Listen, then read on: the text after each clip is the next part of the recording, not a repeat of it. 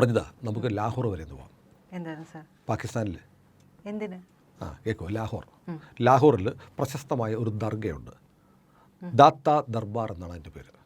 അതിൻ്റെ മുന്നിലൂടെ ഒരു ചെറുപ്പക്കാരൻ നടന്നു പോവുകയാണ്. ആ ദർഗയുടെ സൈഡിൽ ഫുട്പാത്തിൽ താടിയൊക്കെ നീട്ടി വളർത്തി, വെള്ളത്താടി ഒക്കെ നീട്ടി വളർത്തി വൃദ്ധനായ ഒരാളിരിപ്പുണ്ട്. അയാളിങ്ങനെ ഒരു ഭിക്ഷക്കാരനെ പോലെയൊക്കെ തോന്നും, ഒരു സൂഫിയാണെന്ന് തോന്നുന്നു. ദർഗയുടെ വാക്കിരിക്കുമ്പോൾ സൂഫിയാണെന്ന് കരുതാം. അയാൾ പെട്ടെന്ന് ചെറുപ്പക്കാരനെ കൈകൊട്ടി വിളിച്ചു, ഇങ്ങോട്ട് വാ എന്ന് പറഞ്ഞു. ആ ചെറുപ്പക്കാരൻ ഇയാളുടെ അടുത്തേക്ക് ചെന്നു. ഈ സൂഫിയെ പോലെ ഇരിക്കുന്ന മുസ്ലിമാണ് ഇയാൾ. ഈ ചെറുപ്പക്കാരനെ നോക്കിയിട്ട് പറഞ്ഞു, നീ ഹിന്ദു ആണോ എന്ന് ചോദിച്ചു. അയാൾ പറഞ്ഞു, ഞാൻ മുസ്ലിമാണ്. അല്ല, നീ ഹിന്ദു ആണ്. ഉടനെ അയാൾ പറഞ്ഞു, അല്ല, നീ ഹിന്ദു ആണ്.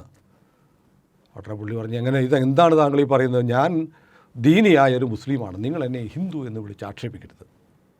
ഉടനെ ഈ വൃദ്ധനായ സൂഫി ഈ ചെറുപ്പക്കാരന് പറഞ്ഞു, നിൻ്റെ കാതുകൾ നോക്കൂ, നിൻ്റെ കാതുകൾ കുത്തിയിട്ടുണ്ട്, മുസ്ലിമുകൾ കാത് കുത്തില്ല, നീ ഹിന്ദുവാണ്. ഉടനെ ചെറുപ്പക്കാരൻ പറഞ്ഞു, അങ്ങ് പറഞ്ഞത് ശരിയാണ്, ഞാൻ ഹിന്ദു ആയിരുന്നു, പക്ഷേ ഞാൻ മതം മാറി മുസ്ലിമായി. കൊള്ളാം വാ മോനെ, ഇരിക്ക് എന്ന് പറഞ്ഞ് ഈ സൂഫി ഈ ചെറുപ്പക്കാരനെ അടുത്ത് പിടിച്ചിരുത്തി. ഉച്ചഭക്ഷണത്തിന് സമയമായി, നമുക്ക് ഭക്ഷണം കഴിക്കാം, എൻ്റെ വീട്ടിലേക്ക് പോകാമെന്ന് പറഞ്ഞു. എന്നിട്ട് ഈ സൂഫി ചെറുപ്പക്കാരനെയും കൊണ്ട് അദ്ദേഹത്തിൻ്റെ വീട്ടിലേക്ക് പോയി ഭക്ഷണമൊക്കെ കൊടുത്തിട്ട് പറഞ്ഞു, മോനെ, നിന്നെ ഞാനൊരു കാഴ്ച കാണിക്കാം എന്ന് പറഞ്ഞ് അദ്ദേഹത്തിൻ്റെ വീട്ടിൽ രഹസ്യമായ ഒരു ചെറിയ വാതിലുണ്ടായിരുന്നു. ആ വാതിൽ തുറന്ന് കാണിച്ചു. അപ്പോൾ അവിടെ ഇരുന്നത് ഗണപതിയുടെ വിഗ്രഹം, പരമശിവൻ്റെ വിഗ്രഹം, മഹാവിഷ്ണുവിൻ്റെ ചിത്രം. അയാൾ പറഞ്ഞു, ഞാനൊരു ഹിന്ദുവാണ്. ഞാൻ ഇന്ത്യയിൽ ജനിച്ച ആളാണ്. വിഭജനത്തിന് ശേഷം ഈ രാജ്യം പാകിസ്ഥാനായി മാറി. എൻ്റെ കുടുംബത്തിലുള്ള എല്ലാവരെയും മുസ്ലിമുകൾ കൊന്നു. അപ്പോൾ എനിക്ക് വേറെ മാർഗമുണ്ടായില്ല, രക്ഷപ്പെടാൻ വേണ്ടി ഞാൻ മുസ്ലിമായിട്ട് ജീവിക്കുകയാണ്. എനിക്കറിയാം കുഞ്ഞെ, നീ ഒരു ഹിന്ദുവാണ്, നിന്നെ ഇവർ പിടിക്കും, നിന്നെ ഇവർ പിടിച്ചാൽ നിന്നെ ഇവർ കൊല്ലും. അതുകൊണ്ട് നീ ഒട്ടനെ പോയിട്ട് നിൻ്റെ കാതുകളിലെ ഈ ദ്വാരം എന്ത് ചെയ്യണം, പ്ലാസ്റ്റിക് സർജറി ചെയ്ത് മറക്കണം എന്ന് പറഞ്ഞു. അങ്ങനെ അത് പ്ലാസ്റ്റിക് സർജറി ചെയ്ത് മറച്ചു. ഇനി കുറച്ചുകൂടെ നമുക്ക് മുന്നോട്ട് മുന്നോട്ട് വന്നാൽ 1988 പഞ്ചാബിലെ അമൃത്സറിലാണ് ലോകപ്രസിദ്ധമായ സിഖുകാരുടെ സുവർണക്ഷേത്രമുള്ളത്. സുവർണക്ഷേത്രത്തിൻ്റെ മുന്നിലുള്ള റോഡിലൂടെ കീറിപ്പറിഞ്ഞ് പ്രാകൃത വേഷം ധരിച്ച ഒരാൾ റിക്ഷക്കാരനാണ്. റിക്ഷക്കാരനെ കുറേ പോലീസുകാർ ഓടിക്കുന്നു. ഇയാൾ റിക്ഷ ഇട്ടിട്ട് ഓടി.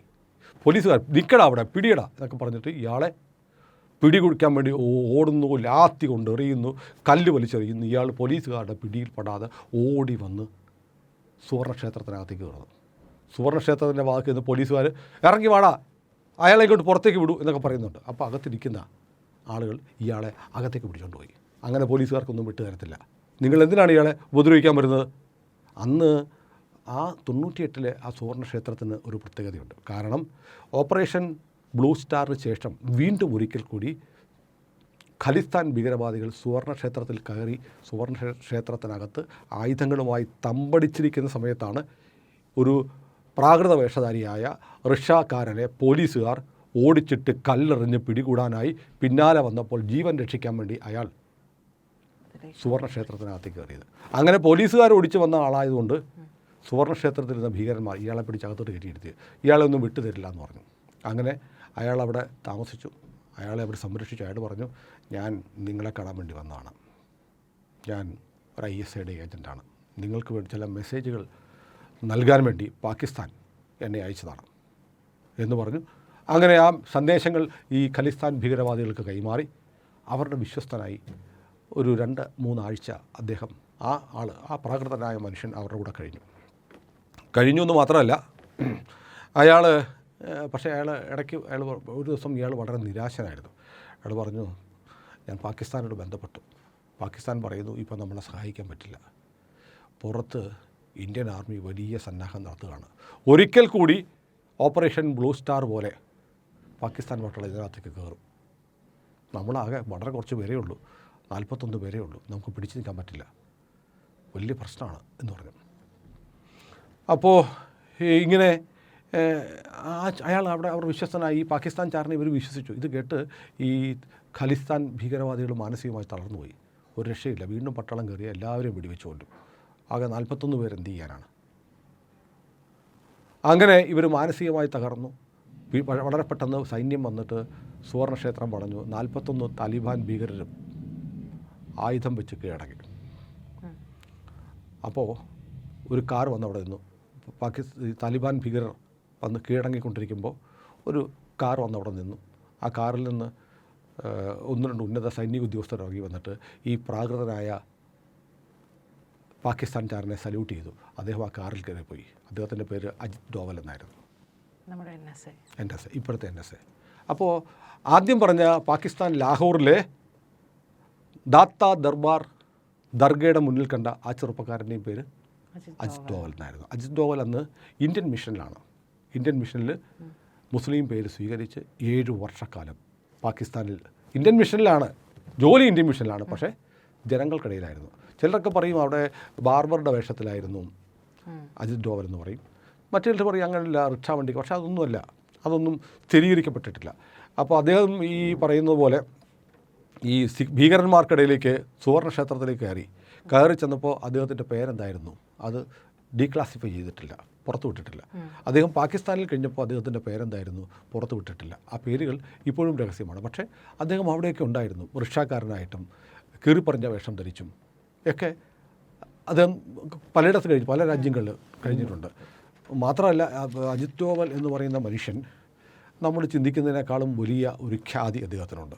കഴിഞ്ഞ 10 വർഷക്കാലം നമ്മുടെ രാജ്യത്തിൻ്റെ സുരക്ഷ ആരുടെ കയ്യിലാണ് എന്ന് പറഞ്ഞാൽ അത് അജിത് ഡോവലിൻ്റെ കയ്യിലാണ്.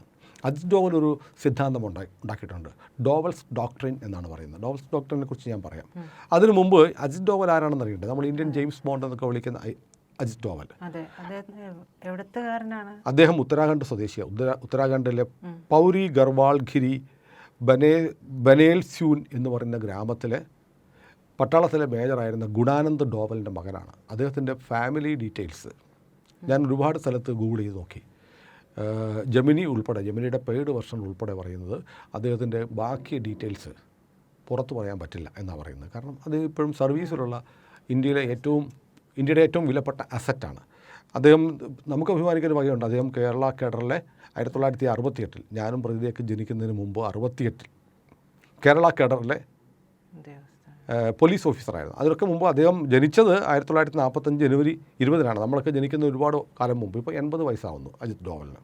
80 വയസ്സിലും ഒരു 18കാരൻ്റെ ചുറുചുറുക്കോടെ നമ്മുടെ രാജ്യത്തിൻ്റെ രക്ഷയ്ക്ക് വേണ്ടി ഓടി നടക്കുന്ന അജിത് ഡോവലിനെ കുറിച്ച് ഇപ്പോൾ ഞാനിപ്പോൾ പറയാൻ കാരണം ആദിത്യധറിൻ്റെ ഒരു സിനിമ ദുരന്തർ വലിയ ചർച്ചയായി ഓടിക്കൊണ്ടിരിക്കുന്നത്. നമ്മുടെ പാകിസ്ഥാൻ നമ്മുടെ രാജ്യത്തിനെതിരെ നടത്തുന്ന തീവ്രവാദ ആക്രമണങ്ങൾ, പാകിസ്ഥാനിൽ അച്ചടിച്ച കള്ളനോട്ടുകൾ കൊണ്ടുവരുന്ന കൊച്ചിയിലടക്കം കള്ളനോട്ടുകൾ വന്നിട്ടുണ്ട്. ഇതെല്ലാം വളരെ വിശദമായി പറയുന്ന സിനിമയാണ് ആദിത്യധറിൻ്റെ ദുരന്തർ. ഉറിക്ക് ശേഷം ആദിത്യധർ ഇറക്കിയിട്ടുള്ള സിനിമയാണ്.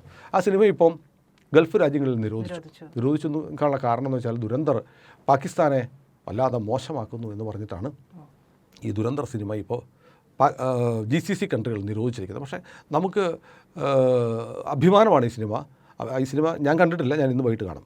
സിനിമയെ സംബന്ധിച്ച് കേൾക്കുന്ന റിവ്യൂസ് എന്ന് പറഞ്ഞാൽ ഓരോ ഭാരതീയനും കണ്ടിരിക്കേണ്ട ഒരു സിനിമ എന്ന് പറയുന്ന ഈ സിനിമയ്ക്കകത്ത് അജയ് സന്യാൽ എന്നൊരു കഥാപാത്രമുണ്ട്. അത് സാക്ഷാൽ അജിത് ഡോവലാണ്. അജിത് ഡോവൽ ആ സിനിമയിൽ അജയ് സന്യാൽ എന്ന പേരിൽ അദ്ദേഹത്തോട് സാദൃശ്യമുള്ളൊരു കഥാപാത്രത്തെ അവതരിപ്പിക്കുന്നുണ്ട്. അപ്പോൾ മാത്രമല്ല അജിത് ഡോവൽ കേരള കേഡർ ഉദ്യോഗസ്ഥനായിരുന്നു. കോട്ടയത്തെ ASP ആയിരുന്നു. കോട്ടയത്തെ ASP ആയിരുന്നപ്പോൾ അദ്ദേഹം ചെയ്ത ഒരു കൃത്യം നമ്മുടെ ഗവർണറായിരുന്ന ആരിഫ് മുഹമ്മദ് ഖാൻ പറഞ്ഞിട്ടുണ്ട്. അതായത് വടകരയിൽ വലിയ കലാപം നടക്കുന്നു, CPM ആണ് സംഘർഷത്തിന് മുന്നിൽ. അപ്പോൾ അന്ന് കരുണാകരൻ കേരളത്തിൻ്റെ മുഖ്യമന്ത്രിയാണ്. കരുണാകരൻ അജിത് ഡോവലിനോട് പറയുന്നു, നിങ്ങൾക്ക് കണ്ണൂർക്ക് പോകണം, ആ കലാപം അടിച്ചമർത്താൻ വേണ്ടി കണ്ണൂർക്ക് പോകണം എന്ന് പറഞ്ഞു. അങ്ങനെ അജിത് ഡോവൽ കോട്ടയത്ത് നിന്ന് കാറിൽ കണ്ണൂരിലേക്ക് പോകുന്നു. കണ്ണൂരിലേക്ക് പോകുന്നതിനിടയ്ക്ക് തന്നെ അദ്ദേഹം പോലീസിൻ്റെ വയർലെസ് വഴി എന്താണ് അവിടെ നടക്കുന്നതെന്നുള്ള കൃത്യമായ വിവരങ്ങൾ ശേഖരിച്ചിരുന്നു. അപ്പോൾ കണ്ണൂർ അദ്ദേഹം എത്തി. അദ്ദേഹത്തിൻ്റെ ക്യാമ്പ് ഓഫീസിലെത്തിയപ്പോൾ അദ്ദേഹം അവിടുത്തെ പോലീസിനോട് ആവശ്യപ്പെട്ടു, എൻ്റെ മുന്നിലേക്ക് ഒരാളെ പിടിച്ചുകൊണ്ട് വരാൻ പറഞ്ഞു. ഒരു ചെറുപ്പക്കാരനെ പിടിച്ചുകൊണ്ട് വന്ന് കൊണ്ടുവന്ന വാടെ മതിലിനോട് ചേർത്ത് നിർത്തിയിട്ട് തൻ്റെ ഹോൾസ്റ്ററിൽ നിന്ന് റിവോൾവർ എടുത്ത് അയാളുടെ അണ്ണാക്കിലേക്ക് കുത്തി വെച്ചിട്ട് പറഞ്ഞു, നീയാണ് ഈ കലാപത്തിന് കാരണം, ഇപ്പം നിർത്തിക്കോണം, ഇല്ലെങ്കിൽ നിൻ്റെ തലയ്ക്ക് അണ്ണാക്ക് ഞാൻ ബുള്ളറ്റ് കയറ്റുമെന്ന് പറഞ്ഞു. അപ്പോൾ ആ ചെറുപ്പക്കാരൻ്റെ മുണ്ട് മൂത്രത്താൽ നനഞ്ഞു എന്ന് ആരിഫ് മുഹമ്മദ് ഖാൻ പറഞ്ഞിരുന്നു. അത് കേരളത്തിൻ്റെ മുഖ്യമന്ത്രിയായ പിണറായി വിജയനെക്കുറിച്ചാണ് എന്ന് അക്കാലത്ത് വാർത്തയൊക്കെ വന്നിരുന്നു. അത് അജിത് ഡോവലിൻ്റെ പേരും പിണറായിയുടെ പേരും ആരിഫ് മുഹമ്മദ് ഖാൻ പറഞ്ഞില്ല. പക്ഷേ പിണറായിയും ആരിഫ് മുഹമ്മദ് ഖാനും തമ്മിലുള്ള വാക്പോരും പരസ്പരമുള്ള വെല്ലുവിളിയും തുറന്ന സമയത്താണ് അങ്ങനെ ഒരു IPS ഓഫീസറുടെ തോക്കിൻ മുനയിൽ മുണ്ട് നനഞ്ഞ രാഷ്ട്രീയക്കാരൻ എന്നോട് മല്ലടിക്കാനൊന്നും വരണ്ട എന്നൊരു ഡയലോഗ് ആരിഫ് മുഹമ്മദ് ഖാൻ പറഞ്ഞത്. അപ്പോൾ അത് നേരോ തുടങ്ങിയോ നമുക്കറിയില്ല. പക്ഷേ ഒരു ഗവർണറാണ് പറഞ്ഞത്. നമ്മുടെ മുഖ്യമന്ത്രി, ബഹുമാനനായ മുഖ്യമന്ത്രി അതേക്കുറിച്ച് പ്രതികരിച്ചതുമില്ല. അങ്ങനെ ഒരു കഥ അങ്ങനെ കേരളത്തിലൂടെ ഓടിപ്പോയിട്ടുണ്ട്. അപ്പോൾ ഇങ്ങനെ അജിത് ഡോവലിൻ്റെ കഥ ഇങ്ങനെയൊക്കെയാണ്. ഇപ്പോൾ ഓപ്പറേഷൻ ബ്ലാക്ക് തണ്ടർ 1988 നടന്നത്. 88 അതിൻ്റെ പ്രത്യേകത എന്ന് പറഞ്ഞാൽ സുവർണക്ഷേത്ര ആക്രമണം നടക്കുമ്പോൾ ഒരുപാട് ആളുകൾ കൊല്ലപ്പെട്ടു. സുവർണക്ഷേത്രത്തിന് വലിയ പരിക്കൊക്കെ ഉണ്ട്. പക്ഷേ അജിത് ഡോവൽ അവിടെ വേഷം മാറി അവിടെ ചെന്ന് പോലീസുകാർ ഓടിച്ചിട്ട് എറിഞ്ഞോടിച്ച് പിടിക്കാൻ ചെല്ലുന്ന ഒരാളായിട്ട് കയറിയപ്പോഴത്തേക്കും അദ്ദേഹത്തിനെ ഈ ഖലിസ്ഥാൻ ഭീകരവാദികൾ വല്ലാതെ വിശ്വസിച്ചു. അവിടെ ഇരുന്ന് അവരെത്ര പേരുണ്ട്, അവരുടെ കയ്യിൽ എന്ത് ആയുധമുണ്ട്, അവരുടെ മാനസികാവസ്ഥ എന്താണ് എന്നുള്ള വിവരങ്ങളൊക്കെ കൃത്യമായി സൈന്യത്തിന് കൊടുത്ത് അവരെ മെൻ്റലി ഇനി പാകിസ്ഥാനൊന്നും സഹായിക്കാനില്ല, ഞാനും പെട്ടുപോയി എന്നുള്ള ഒരു സൈക്കോളജിക്കൽ അപ്രോച്ചും കൂടി എടുത്തിട്ടാണ് അജിത് ഡോവൽ അന്ന് ഓപ്പറേഷൻ ബ്ലാക്ക് തണ്ടർ വിജയിപ്പിച്ചത്. അതിന് ഇന്ദിരാഗാന്ധിയാണ് അന്ന് ഇന്ത്യയുടെ പ്രധാനമന്ത്രി. ഇന്ദിരാഗാന്ധിയുടെ കാലത്ത് ഇന്ദിരാഗാന്ധിയാണെന്ന് എൻ്റെ ഓർമ്മ, അജിത് ഡോവലിന് വലിയ ബഹുമതി കൊടുത്തു. സാറിന് സൈന്യത്തിലുള്ളവർക്ക് മാത്രമാണ് കീർത്തി ചക്ര കൊടുക്കുക. ഇന്ത്യയുടെ ചരിത്രത്തിൽ ഒരു പോലീസ് ഓഫീസർക്ക് കീർത്തി ചക്ര കിട്ടിയിട്ടുണ്ടെങ്കിൽ അത് അജിത് ഡോവലിന് മാത്രമാണ്. സൈന്യത്തിന്, പട്ടാളത്തിന് കിട്ടുന്ന കീർത്തി ചക്ര മുദ്ര ലഭിച്ച ആദ്യത്തെ പോലീസ് ഓഫീസർ അജിത് ഡോവലാണ്. അപ്പോൾ അജിത് ഡോവലിൻ്റെ ഈ ബ്ലാക്ക് തണ്ടർ ഉണ്ട്. പിന്നെ 99 നമ്മുടെ കണ്ടഹാർ വിമാനറാഞ്ചലുണ്ടല്ലോ, വിമാനറാഞ്ചൽ സമയത്ത് കണ്ടഹാറിൽ കൊണ്ട് വിമാനം ഇറങ്ങി, ഇന്ത്യൻ IC 814 എന്നുള്ള വിമാനം ഇറങ്ങി കഴിഞ്ഞപ്പോഴത്തേക്ക് അവിടുത്തെ താലിബാൻ അധികൃതരുമായി ചർച്ചയ്ക്ക് പോയത് അജിത് ഡോവലാണ്. ആ ബന്ധം ഇപ്പോഴും ഉണ്ട്. ആ ബന്ധം അജിത് ഡോവലിന് അന്ന് മുതൽ താലിബാനുമായിട്ടുള്ള ബന്ധം ഇപ്പോൾ റിസൾട്ട് ഉണ്ടാക്കുന്നുണ്ട്. കാരണം താലിബാൻ ഇപ്പോൾ പാകിസ്ഥാന് നേരെ നല്ല പണി കൊടുത്തുകൊണ്ടിരിക്കുക. അതിൻ്റെ പിന്നിലെ ശക്തി ആരാണെന്ന് ചോദിച്ചാൽ അജിത് ഡോവൽ മാത്രമാണ്. ഇങ്ങനെ വന്നതിന് ശേഷം ഇപ്പോൾ നിലവിൽ അദ്ദേഹം NSA ആയതിനു ശേഷം വലിയ മാറ്റങ്ങൾ ഉണ്ടായിട്ടുണ്ട്. വലിയ മാറ്റമുണ്ട്. നമ്മൾ ആലോചിക്കേണ്ടത് 2004-2005 വർഷത്തിൽ ഇൻ്റലിജൻസ് ബ്യൂറോയുടെ ഡയറക്ടറായിരുന്നു അജിത് ഡോവൽ. അതിനുശേഷം അദ്ദേഹം പിന്നെ റിട്ടയർ ആയതിനു ശേഷം പ്രധാനമന്ത്രി നരേന്ദ്രമോദി വന്നതിന് ശേഷം 2014 അജിത് ഡോവലിനെ പിക്ക് ചെയ്യുമായിരുന്നു. അജിത് ഡോവൽ വേണം രാജ്യത്തിൻ്റെ സുരക്ഷാ ഓഫീസറായിട്ട്, രാജ്യത്തിൻ്റെ സുരക്ഷാ കാര്യങ്ങൾ തീരുമാനിക്കാൻ അജിത് ഡോവൽ വേണമെന്ന് തീരുമാനിക്കും. കാരണം അപ്പം നോക്കൂ, 2005 മുതൽ 2014 വരെയുള്ള 9 വർഷക്കാലം, 10 വർഷത്തിനടുത്തും അജിത് ഡോവലിൻ്റെ സേവനം രാജ്യം ഉപയോഗപ്പെടുത്തിയില്ല. അദ്ദേഹം കുറച്ചുകൂടെ ചെറുപ്പമായിരുന്ന സമയത്ത് പക്ഷേ അത് ഉപയോഗപ്പെടുത്താൻ വളരെ വിഷനുള്ള ദിഷണാശാലിയായ ഒരു പ്രധാനമന്ത്രി വരേണ്ടി വന്നു അജിത് ഡോവൽ വരാൻ. അപ്പം നമുക്കിപ്പോൾ നേരത്തെ പറഞ്ഞില്ലേ, അജിത് ഡോവൽ കൊണ്ടുവന്ന മാറ്റങ്ങൾ എന്ന് പറഞ്ഞാൽ ഡോവൽ ഡോക്ട്രിൻ എന്നാണ് ഇതിന് പറയുന്നത്. അതായത് പണ്ടൊക്കെ പറയും പാകിസ്ഥാൻ തീവ്രവാദമൊക്കെ ചെയ്യും, നമ്മളതിനോട് മൃദു നിലപാടാണ്, നമുക്ക് പ്രതിരോധമല്ല, ഡിഫെൻസീവ് ഒഫൻസാണ്, നമ്മളെ ആക്രമിക്കാതിരിക്കാൻ നമ്മൾ ചില കാര്യങ്ങളൊക്കെ ചെയ്യും, ഇങ്ങോട്ട് വന്നാൽ നമ്മൾ അതിനെ തടയും, പോട്ടെ പാകിസ്ഥാനല്ലേ, ആ നിലപാടായിരുന്നു. പക്ഷേ ഡോവലിൻ്റെ തിയറി അതല്ല, ഡോവൽ ഡോക്ട്രിൻ അങ്ങനെയല്ല. നമ്മളെ ഭീകരവാദികൾ ആക്രമിക്കാൻ നോക്കിയിരിക്കരുത്, അവർ നമ്മളെ ആക്രമിക്കാൻ വേണ്ടി അവിടെ ഒരുങ്ങിയിരിക്കുമ്പോൾ അവിടെ കയറി അവനെ അടിക്കണം. ആക്രമിച്ച് കഴിഞ്ഞിട്ട് അവനെ നമ്മൾ വല്ലതും ചെയ്യുക, പോട്ടെ ക്ഷമിച്ചേക്കാന്ന് വെക്കുന്നൊന്നുമല്ല. അവൻ അവിടെ നമ്മളെ ആക്രമിക്കാൻ അതിർത്തിയിൽ റെഡിയായി വരുമ്പോൾ നമ്മൾ അവനെ അങ്ങോട്ട് പോയി ഫിനിഷ് ചെയ്യണം. അതാണ് പ്രധാനമന്ത്രി നരേന്ദ്രമോദി പറഞ്ഞ് വീട്ടിൽ കയറി അടിക്കുമെന്ന് പറയുന്നത്. വീട്ടിൽ കയറി അടിക്കുമെന്നുള്ള ടെർമിനോളജി സത്യത്തിൽ മോഡിയുടെ അല്ല, അജിത് ഡോവലിൻ്റെ ഡോവൽ ഡോക്ട്രീൻ്റെ ഭാഗമാണ്. നമ്മളെ ഒരുത്തൻ കൊല്ലാനായിട്ട് അവൻ വെട്ടുകത്തിയൊക്കെ ആയിട്ട് ഒളിച്ചിരിക്കുകയാണ്, അത് നമ്മൾ അറിഞ്ഞു. അപ്പോൾ നമ്മളത് നടന്നു പോകുമ്പോൾ ആ പോസ്റ്റിൻ്റെ ചോട്ടിലെത്തുമ്പോൾ അവൻ ചാടി വീണ് നമ്മളെ വെട്ടുകത്തിക്ക് വെട്ടാൻ നേരത്ത് അയ്യോ പോലീസെ ഓടി വാ എന്ന് നമുക്ക് പറയാം. അതാണോ ശരി? അങ്ങനെയല്ല, അവൻ വെട്ടുകത്തിയായിട്ട് അവിടെ ഇരിക്കുമ്പോൾ നമ്മളൊന്നെങ്കിൽ പുറകൂടെ ചെന്ന് 4 ആളെ കൂട്ടി അവൻ്റെ തലവണ്ട അടിച്ച് പൊട്ടിക്കണം, അല്ലെങ്കിൽ അവനെ അപ്പം തന്നെ വിളിച്ച് പോലീസിനെ ഏൽപ്പിക്കണം. അതല്ലേ ആക്രമിച്ച് കഴിഞ്ഞിട്ട് നമ്മൾ പ്രതിരോധിക്കാം എന്നുള്ള പരിപാടി നിർത്തി. ആക്രമിക്കാൻ നീ ആലോചിക്കുമ്പോൾ നമ്മൾ നിൻ്റെ വീട്ടിൽ കയറി പണിയും. ഇതാണ് ഡോവൽ ഡോക്ട്രിൻ എന്ന് വളരെ സിമ്പിളായിട്ട് പറയാം. എവിടെ ഒളിച്ചിരിക്കുന്നോ അവിടെ കയറി അടിക്കുക. പാകിസ്ഥാന് എന്നും ഒരു ധാരണ ഉണ്ടായിരുന്നു, കാരണം ഞങ്ങൾക്ക് ന്യൂക്ലിയർ ആയുധങ്ങളുണ്ട്, അതുകൊണ്ട് ഇന്ത്യ ഒന്നും ചെയ്യത്തില്ല എന്നൊരു ധാരണ പാകിസ്ഥാന് പണ്ട് മുതലുണ്ട്. അത് നമ്മളങ്ങ് തിരുത്തി. പാകിസ്ഥാന് ന്യൂക്ലിയർ ആയുധം ഉണ്ടെങ്കിൽ നീ അത് ഉപയോഗിക്കും മുമ്പ് നമ്മളടിച്ച് നിന്നെ തീർക്കും. അത് ഓപ്പറേഷൻ സിന്ദൂറിൽ കണ്ടു. കിരാന ഹിൽസിൽ കയറി നമ്മളടിച്ചു. കഴിഞ്ഞ ദിവസം CIAയുടെ ഡോക്യുമെൻ്റ് വന്നു. CIAയുടെ ഒരു ഡോക്യുമെൻ്റ് കഴിഞ്ഞ ദിവസം ഒഫീഷ്യലി പുറത്ത് വന്നിട്ടുണ്ട്. കിരാന ഹിൽസിൽ നമ്മൾ അടി കൊടുത്തിട്ടുണ്ട് എന്ന് കൃത്യമായി CIA സമ്മതിക്കുന്ന ഒരു ഡോക്യുമെൻ്റ് പുറത്തു വരികയും നമ്മൾ ഇന്ത്യ ലെവലിൽ അതേക്കുറിച്ചൊരു വീഡിയോ നമ്മുടെ പ്രിയൻ ചെയ്യുകയും ചെയ്തിട്ടുണ്ട്. അപ്പോൾ നമ്മൾ ഈ പറഞ്ഞ പോലെ നമ്മുടെ ഇന്ത്യയെ തൊട്ടാൽ കൈ പൊള്ളും എന്നൊരു ഇമേജ് നമ്മൾ പൊതുവിൽ ഉണ്ടാക്കിയെടുത്തിട്ടുണ്ട്. ഇതാണ് പൊതുവിൽ അജിത് ഡോവൽ കൊണ്ടുവന്നൊരു മാറ്റം. ആ മാറ്റം നമ്മുടെ രാജ്യം മുന്നോട്ട് കൊണ്ടുപോകുന്നു. ഇനി ഏറ്റവും പ്രധാനപ്പെട്ട ഒരു കാര്യമുണ്ട്. ആർട്ടിക്കിൾ 370 നമ്മൾ എടുത്തു കളഞ്ഞല്ലോ.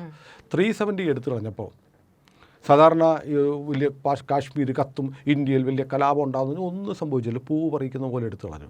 അപ്പോൾ ഇങ്ങനൊരു തീരുമാനം കൊണ്ടുവന്നു കഴിഞ്ഞാൽ സുരക്ഷാ ഏജൻസികൾ, റോയുടെ തലവൻ, ഇൻ്റലിജൻസ് ബ്യൂറോയുടെ മേധാവികളൊക്കെ ഡൽഹിയിലൊരു കൺട്രോൾ റൂമിലിരുന്ന് കാര്യങ്ങൾ നിരീക്ഷിക്കും. അജിത് ഡോവൽ അങ്ങനെയല്ല ചെയ്തത്. പാർലമെൻറ്റിൽ ഈ നിയമം പാസ്സാക്കിയ ഉടനെ അജിത് ഡോവൽ അടുത്ത വിമാനം കയറി നേരെ ശ്രീനഗറിലേക്ക് പറന്നു.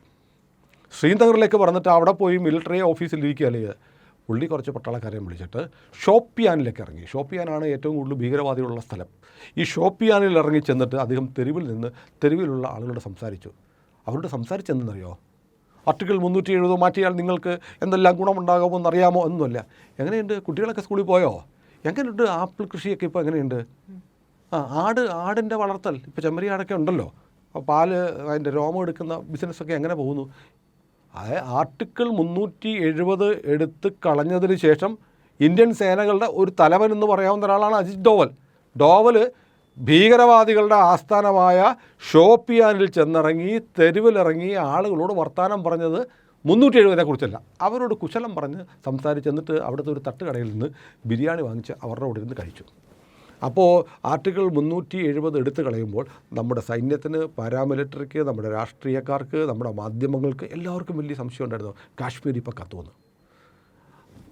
സ്വാഭാവികമായും മുന്നണിയിൽ നിൽക്കുന്ന സൈന്യത്തിനും പാരാമിലിറ്ററി ഫോഴ്സിനും ഒക്കെ ഒരു ആശങ്കയുണ്ട്. മിക്കവാറും ഒരു പോരാട്ടം നടക്കും, നമ്മൾ കുറച്ച് പേരും മരിക്കും, ഒരു വലിയ ദുരന്തത്തിലേക്കാണ്, ഒരു ഏറ്റുമുട്ടലിലേക്കാണ് നമ്മൾ പോകുന്നു എന്നുള്ള ആശങ്ക നമ്മുടെ സേനയ്ക്ക് പോലും ഉണ്ടായിരിക്കുന്ന സമയത്ത് സേനയുടെ നായകൻ പുല്ലുപോലെ ആ തെരുവിലൂടെ, ഷോപ്പിയാനിലൂടെ നടന്ന് ഗ്രാമീണരോട് കുശലം പറഞ്ഞ് ബിരിയാണി തിന്ന് അവിടെ നിന്നപ്പോൾ 2 ആഴ്ച അവിടെ ഷോപ്പിയാനിൽ, ശ്രീനഗറിൽ അജിത് ഡോവൽ ഉണ്ടായിരുന്നു. അത് നമ്മുടെ സൈന്യത്തിന് കൊടുത്ത ഒരു കരുത്തുണ്ടല്ലോ. എന്താടാ പേടിക്കാനുള്ളത്, നിൽക്കുന്നടാ അജിത് ഡോവൽ നമ്മുടെ കൂടെ എന്നൊരു ഇമേജ്. ഇങ്ങനെയാണ് അജിത് ഡോവൽ ഇന്ത്യയുടെ ദേശീയ സുരക്ഷയെ മുന്നോട്ട് കൊണ്ടുപോയിക്കൊണ്ടിരിക്കുന്നത്. അപ്പോൾ അജിത് ഡോവലിൻ്റെ ഈ കഥ നമ്മളിവിടെ പറയുന്നത് ഒരു തുടക്കമാണ്. നമ്മളിനി ഇന്ത്യയുടെ രാജ്യത്തിൻ്റെ താല്പര്യങ്ങൾക്ക് വേണ്ടി ജീവൻ പോലും പണയപ്പെടുത്തി പ്രവർത്തിച്ച കുറേയേറെ ആളുകളുണ്ട്. അവരെ പരിചയപ്പെടുത്തുന്ന ഒരു കോളം പോലെ നമ്മൾ ആരംഭിക്കുകയാണ്. നാളെ മറ്റൊരു വീരപുരുഷൻ്റെ കഥയുമായി നമ്മൾ വരും. നിങ്ങൾ കേട്ടിട്ടില്ലാത്ത കഥയായിരിക്കും. ഏതായാലും അജിത് ഡോവലിൻ്റെ കഥ പറയാൻ കാരണം ദുരന്തർ സിനിമയാണ്. ദുരന്തർ സിനിമ ഓരോ ഇന്ത്യക്കാരനും കാണേണ്ടുന്ന ഒരു സിനിമ കൂടിയാണ് എന്ന് ഓർമ്മിപ്പിച്ചുകൊണ്ട് അടുത്ത കഥ പറയാൻ വേണ്ടി നമ്മളൊരു ഇടവേള എടുക്കുന്നു. നാളെ നിങ്ങളെ ത്രസിപ്പിക്കുന്ന മറ്റൊരു ഇന്ത്യയുടെ വീരനായകൻ്റെ കഥ നമ്മൾ പറയും.